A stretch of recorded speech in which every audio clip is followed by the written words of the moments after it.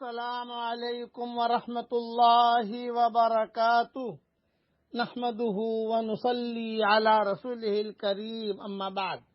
آج کا سبق سن لیجئے۔ آج کے سبق کی سرخی ہے زنا سے بچیے، پارٹ نمبر 41۔ ایک نوجوان حضرت محمد صلی اللہ علیہ وسلم کی خدمت میں حاضر ہوا، عرض کرنے لگا کہ اللہ کے پیارے نبی، مجھے زنا کی اجازت دے دیجئے۔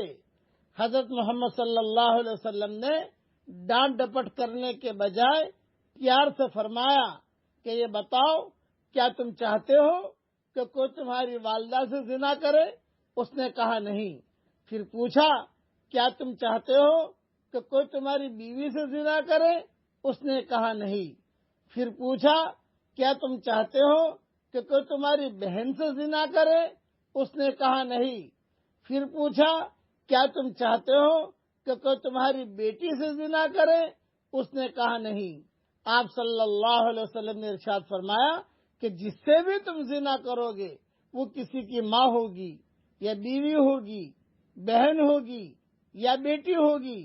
جیسے تمہیں پسند نہیں کہ کوئی تمہاری محرم عورتوں سے زنا کرے، اسی طرح دوسرے لوگ بھی پسند نہیں کرتے کہ کوئی ان کی محرم عورتوں سے زنا کرے۔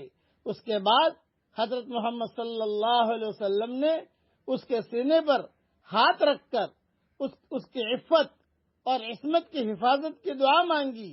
وہ صحابی فرماتے ہیں کہ میرے سینے سے زنا کا تقاضا ہی ختم ہو گیا، بلکہ مجھے زنا سے اتنی نفرت ہو گئی کہ اتنی نفرت کسی اور گناہ سے نہیں تھی۔ اس لیے زنا سے بچیے۔ عام طور پر لوگ کہتے ہیں کہ مولوی صاحب بڑے برے برے خواب آتے ہیں، بڑے برے برے خیالات آتے ہیں، خواب کے اندر کئی لڑکیوں کو دیکھتا ہوں۔ آپ زیادہ اس چکر میں نہ پڑیں، خواب میں رہنے دیں۔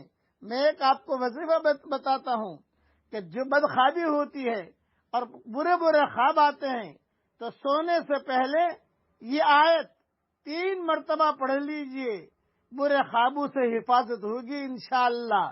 یہ نیک لوگوں کے تجربات میں سے ہے۔ یہ جو بتا رہا ہوں یہ آیت ہے قرآن شریف کی، لیکن حدیثوں میں اس کا تذکرہ نہیں آتا۔ البتہ سلف صالحین کا معمول تھا کہ جو بھی ان کے پاس مرید یا مریدنیں آتی تھی اور کہتی تھی کہ ہمیں بڑے برے برے خواب آ رہے ہیں کہ فلاں جگہ ہم ملوث ہیں، فلاں جگہ ملوث ہیں، یا سانپ خواب میں آتے ہیں یا پاخانہ خواب میں آتا ہے، تو یہ بتا دیا کرتے تھے۔ میری کتاب بکھرے موتی میں بھی یہ مضمون تفصیل سے لکھا ہے۔ اب یہ آیت پڑھ لیجئے میرے ساتھ۔ لہم البشریٰ فی الحیات الدنیا وفی الآخرہ لا تبدیل لکلمات اللہ ذالک هو الفوز العظیم۔ سورہ یونس کی آیت ہے، آیت نمبر 64۔ ترجمہ ہی پڑھ لیجئے۔ ان کے لیے خوشخبری ہے دنیا کی زندگی میں اور آخرت میں بھی، اللہ کی باتوں میں کوئی تبدیلی نہیں، یہی بڑی کامیابی ہے۔ برے خواب پریشان کرتے ہوں، سونے سے پہلے یہ آیت 3 مرتبہ پڑھ لیجئے، انشاءاللہ برے خوابوں سے حفاظت ہوگی۔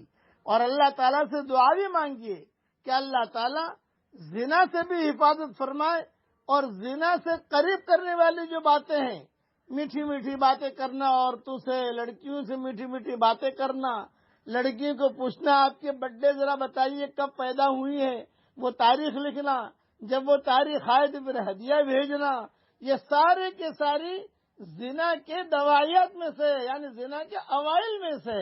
مس کال کرنا، میں آج کل تو واٹس ایپ کی دنیا ہے، مبارکبادی دینا کہ بھیا کیوں مبارکبادی دی، ارے آج آپ پیدا ہوئی ہیں۔ اس لیے ان چیزوں سے بچیے۔ اللہ تعالیٰ زنا سے ہم سب کی پوری حفاظت فرمائے، آمین۔ وآخر دعوانا ان الحمدللہ رب العالمین۔